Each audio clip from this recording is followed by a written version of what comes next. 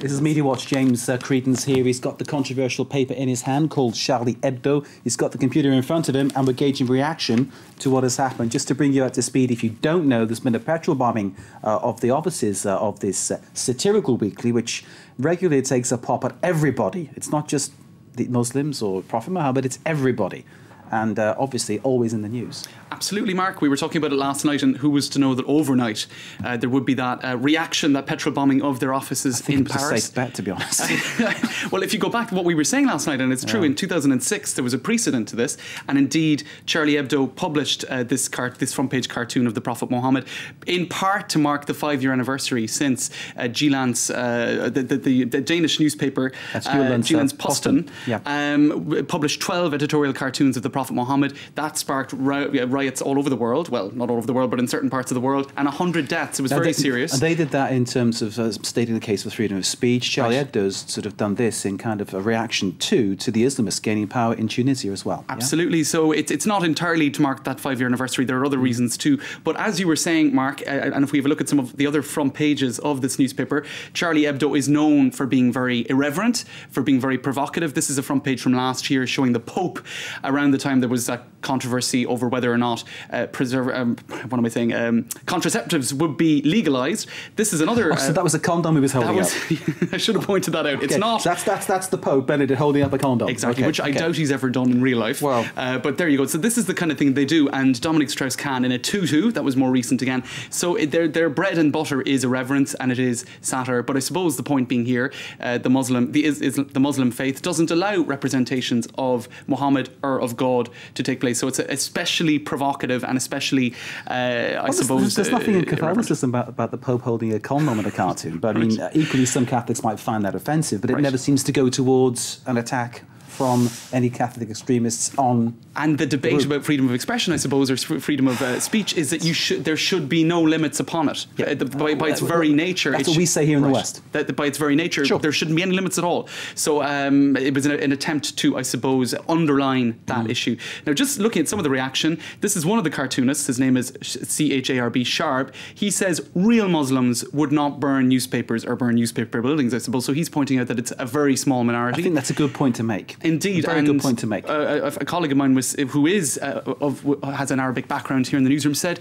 a lot of Muslim people feel taken hostage by this particular debate. They feel that it's such a simplistic debate in a way. And that's worth pointing out, James, that obviously we have an Arabic channel here. France Local, of course, in French, English and in Arabic. And when we talk with our Arabic colleagues about this, who are Muslim, mostly, there's no kind of reaction. There's no, they see that this is actually satire. Right, exactly. And actually one article that was very interesting on that today, Mark, is this one in 20 Minutes, if I could find it. It's 20 Minutes is a kind of a website, not 20 Minutes rather. It's Arrêt sur Image. Here it is. Okay. Now it's a website that looks at the media news and sort of analyses it. Now the guy who wrote this, Daniel Schneiderman, says he did not want to discuss this issue yesterday when the news broke. He didn't want to deal with it. He saw it as a provocation. He said, I'm not going to give it any oxygen or any airspace at all or any news. And then, of course, he says somebody comes along, in his words, fool comes along, firebombs the building, and then we have to talk about it. Sure. So for him, essentially it was a provocative move, and unfortunately that provocation had the result of somebody firing back, in effect, and then it became something that he had to talk about. In effect, he's saying that the crime of firebombing the offices has actually turned this into a far bigger, far more publicised piece. That's exactly. The kind of thing. And it's Schneiderman, not Spider-Man. It's not Spider-Man. Sorry about that. That would be an embarrassing name for a journalist. Yeah. Now, another piece of, I suppose, analysis today is whether or not this was a cynical PR stunt by a newspaper that is losing readers. Did they do this to create a certain amount of buzz to sell more copies? Now, they did sell 110,000 copies where usually they sell only about 60,000. So they sold about double the amount that they usually sell. This afternoon when I was trying to buy a copy, I had to go to 5 or 6 different stands.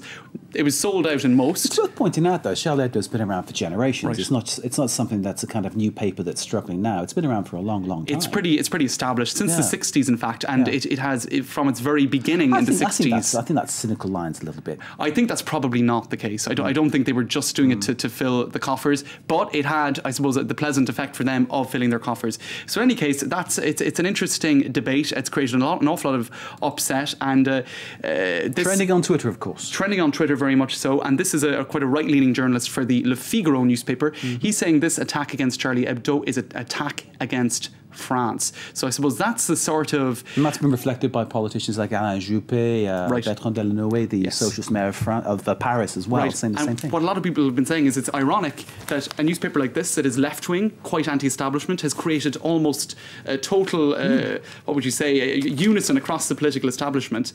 Even far-right politicians like Marine Le Pen saying, we're behind Charlie Hebdo, which she would never normally say. They'd be ashamed of themselves of that, wouldn't they, I suspect? Usually it's Marine Le Pen or some other politician on the front page of this. Exactly, indeed.